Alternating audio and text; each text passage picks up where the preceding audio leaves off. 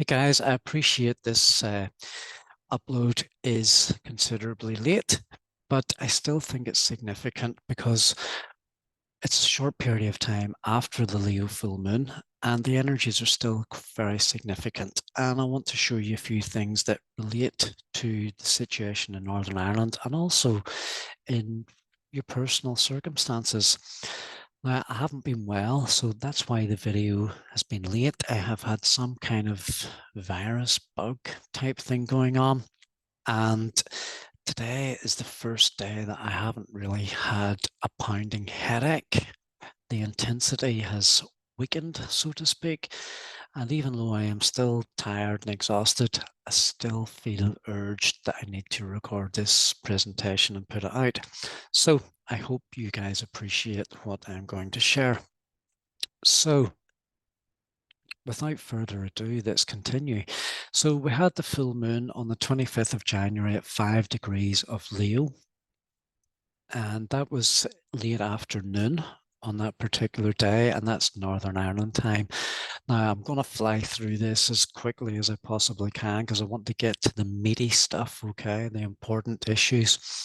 So, the Leo themes for the full moon. It's a Leo is a fixed fire sign. So, fixed meaning the energy is sticking with you. You haven't, it's an energy you're working through. It's, you need to complete whatever the tasks are or challenges are in the terms of what comes up for you during this full moon. You're going to be fixed to that energy until you work through the challenges you have to face, okay, and deal with. And it's a fire sign, it's very intuitive, it's very outgoing. And we'll go to some of the energies that the themes of this actual full moon. So it's creatively expressive. So Leo is it's an entertaining energy. It's also fun and recreation.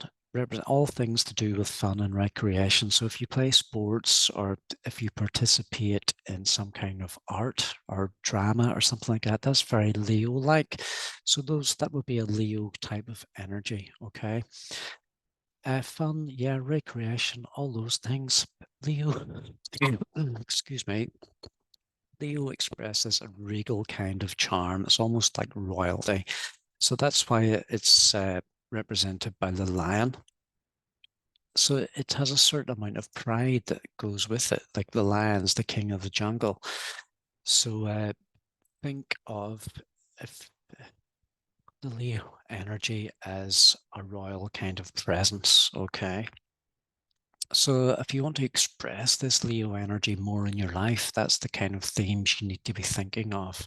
How do you express this regal kind of charm, okay, and charisma? That's how you magnetize people to your energy, okay? So it can be very playful as well. It really enjoys parties, and sometimes strong Leo people, life could be one big massive party, and it never stops. It's the same party continuing. And it is the real sign of leadership as well. And it's using those charismatic talents, charismatic gifts to magnetize people towards your charms. Now, negatively speaking, Leo energy can be show-offish. It's like showing off just because you can. And another negative aspect as well can be seeking attention where it's not warranted. So it's creating situations or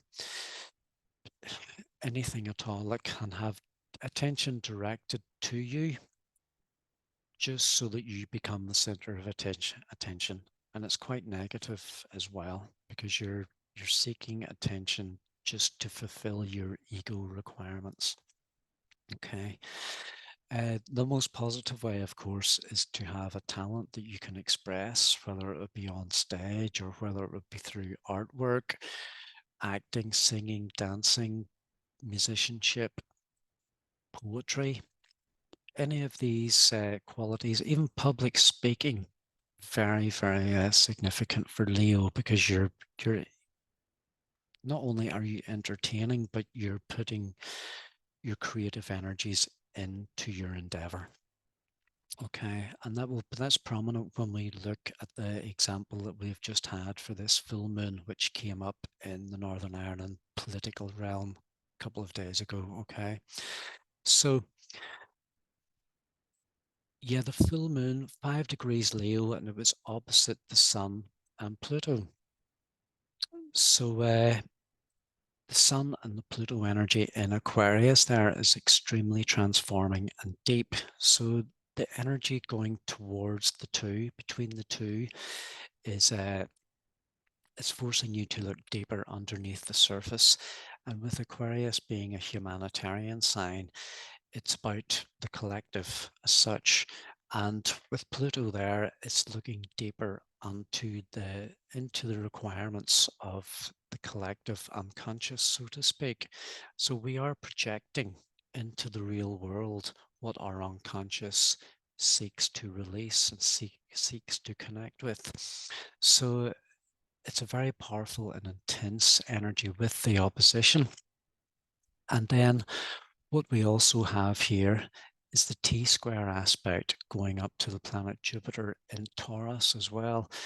And it couldn't be a more significant time to talk about this energy, because Jupiter in Taurus is about how we can do good for the earth. And we are lacking that so much. And we've just had the doomsday clock being reset at 90 seconds to midnight. And that was just around the same time of this full moon as well. And it's like a huge wake up call to humanity, because we are, instead of improving the experience of for humans in all over the world, we are making it worse because of the war, the climate, and so many different things, AI technology, and all these things are contributing to possibly the end of civilization as we know it. But I'm going to do a separate presentation on the doomsday clock as well, and I'll hopefully have that in a few days. Uh, so the tension with this particular energy is called a T-square, and that's because we have the opposition from the moon towards the sun, Pluto conjunction, and at their 90 degrees angle to Jupiter there in Taurus. So it's fixed. The energy is fixed because they're all fixed signs, and fixed energy sticks with you. And it certainly does create tension, as we will see in the chart of the person we're going to look at. There is a certain amount of tension brewing, and if your personal chart is affected by this, you will feel this energy and you will want to act. I have been feeling it myself because my chart is also impacted by this, and it's forcing me to do things differently in my life going forward. And it all holds the theme of the full moon in Leo. So it's that we're going back to that creative kind of energy again. Okay. So that is the main thing, because it's the moon, it's your feelings, it's what you need, and it's what you need to survive and get through. Okay. So the Leo Aquarius polarity, what does it actually mean? It can mean, for Leo, it can be entertaining, or with the Aquarius polarity, it could be being entertained. So you could be part of the group, going to see a show, concert, gig, a comedian, anything like that. So that's the polarity. We have the entertainer and the entertainee, and you will slot into one of those categories. If you attend an event like this, you will be either the Leo side if you're on stage, or if you're the entertainee, you'll be the Aquarian side. Okay. So leadership as well. Leadership can be like in the form of government, or it could be a boss at work. And Aquarius is about how you, excuse me, about how you respect that leadership. So do you respect the leadership? Do you look up to it? Or do you have issues with that leadership? So Aquarius is very much the group idea, the group incentive, the collective theme of the group. But with Aquarius, there could be a rebellious kind of streak within that too. So it could be rebelling against the leadership. It's also about yourself, Leo being the self and Aquarius being the collective. It's how you differentiate between how you make yourself unique within the collective. Okay. Then we also have the individual and the group setting. So if you're involved in any groups, like maybe you meet up with people, you're all involved in a like-minded subject, maybe on a Thursday night or something like that. You know, that's the Aquarius element there as well. It's the group setting. Okay. It's the community kind of theme. So moving on to the chart of Sir Geoffrey Donaldson. What happened the other day in Westminster? He went on a rant for about 20 minutes, and it's all about the state of the Northern Ireland politics and how he has been threatened, and the lack of participation from the other Unionist mouthpiece parties, namely the TUV, who are a one-man party. And Sir Geoffrey Donaldson made it very vocal that he has done absolutely nothing at all to help matters concerning the Northern Ireland Protocol and a move back to a Stormont functioning executive. So to note the tension and the emotional expression in Sir Geoffrey's voice when he was delivering this speech, more like a tirade, was very prominent that this full moon energy was picking up on his chart. So forceful actually. He came out with this just as the full moon was approaching, so he could feel the energy building. Now, what actually happened? Well, during this full moon, we've had the energy just 2 degrees away from Sir Geoffrey's Saturn placement in Aquarius. So he has Saturn at 7 degrees of Aquarius, and the full moon was opposite at 5 degrees Leo, but the sun was only a couple of degrees away on his Saturn. So very, very close. He was definitely feeling this energy bring. And when you take in the T-square, the other tension I spoke of earlier, the fixed energy, he cannot get out of this. It's stuck with him, or he is stuck in it. He has to work through. Okay.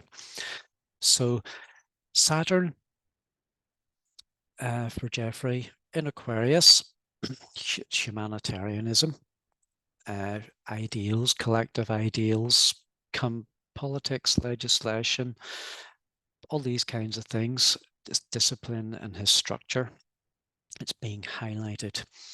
Now, if we look at transiting Saturn, we can also see that transiting Saturn is right on top of his Jupiter.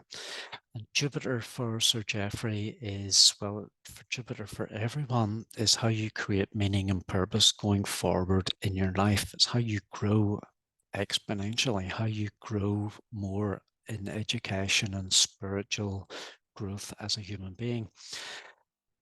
His Jupiter is having a conjunction aspect from transiting Saturn at the minute, and transiting Saturn can apply pressure from all kinds of areas, as we see from the Piscean placement. It's not just pressure from one source, it's pressure from everywhere. He's getting pressure from the UK government. He's getting pressure from probably the Southern government as well. He's also probably getting pressure. Well, we know he's getting pressure from the other Unionist parties. He's getting pressure from inside his own party. And all the people of Northern Ireland, a lot of them are pointing the finger and saying, get back to work, do what we voted you in to do. So to say Geoffrey is feeling the pressure and the tension would be an understatement. he is feeling it, and we could be on the brink of major change in Northern Ireland, because it looks like he wants to go forward. He wants to get a deal in place so that he can go back in and help assisting to run the country again. We also can see transiting Pluto is on his south node. South node could be an escape route, perhaps. So what I would be looking at here, now Pluto is also transformation on an extremely deep level, and the south node could be his comfort zone, so to speak, areas of life where he is comfortable with, but he is being forced to transform. So his personal views on his own comfort zone, so to speak, he is having to transform on an extremely deep level here. Okay, so how can this play out? So in a successful, now the DUP have called a meeting for Monday night, 7 p.m. So this is probably going to be a very significant meeting. He's going to probably get, he's going to try and raise the votes in his own party to get Stormont up and running. But worst case scenario, what can actually happen?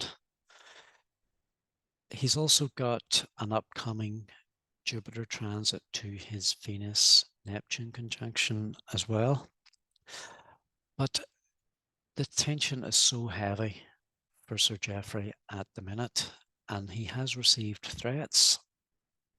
So is it possible that he could be assassinated by someone from another Unionist background? Hopefully not. We hope that we don't want assassination for anyone, but is it possible? Do people make threats just for a laugh, or are they serious threats? Well, the police, the PSNI are investigating, so hopefully it's not going to be assassination for Sir Geoffrey, but could it be resignation? What if he doesn't get what he wants? This is a man who is so frustrated with his current station in life. Is resignation an option for him? Hopefully not. Let's hope we can get everything back up and running, and we have a Stormont executive, and then everyone can get their pay structures back into place, get the cost of living pay rise that they seek and deserve. But we shall see in the coming days. A lot more will be revealed, but that's just an example of Sir Geoffrey is a perfect example of this type of energy, the T-square energy, which is causing immense tension, and it's landing right on his chart, and we can see it play out on the TV cameras and in the media. So let's move on. Other themes. Now, what about your personal chart? What house axis does it take in your personal horoscope? Does it activate any personal planets for you by conjunction, square, or opposition? And does it activate any personal chart themes? Because these are going to play out. And if you are undergoing any difficulties or any situations which are creating tension, it has been expounded by this particular fixed energy full moon. And the energies of Jupiter and Pluto are very intense. Pluto is extremely deep, and Jupiter amplifies everything. Okay, it makes it all louder, as we have seen with Sir Geoffrey. So for personal consultations, I am available. You can contact me through email or through Facebook. You can also add comments on here. I can do forecasts, I can do natal chart interpretations, and if you simply just want to show appreciation, you can click the link and supply and buy me a coffee. So still not well, but I hope to be back in full flight very soon.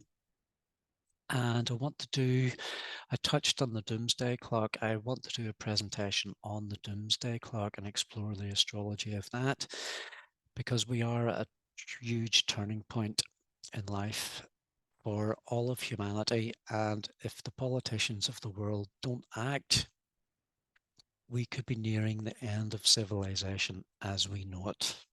So hopefully that isn't going to happen. But until next time, enjoy the weekend. Okay. Thank you.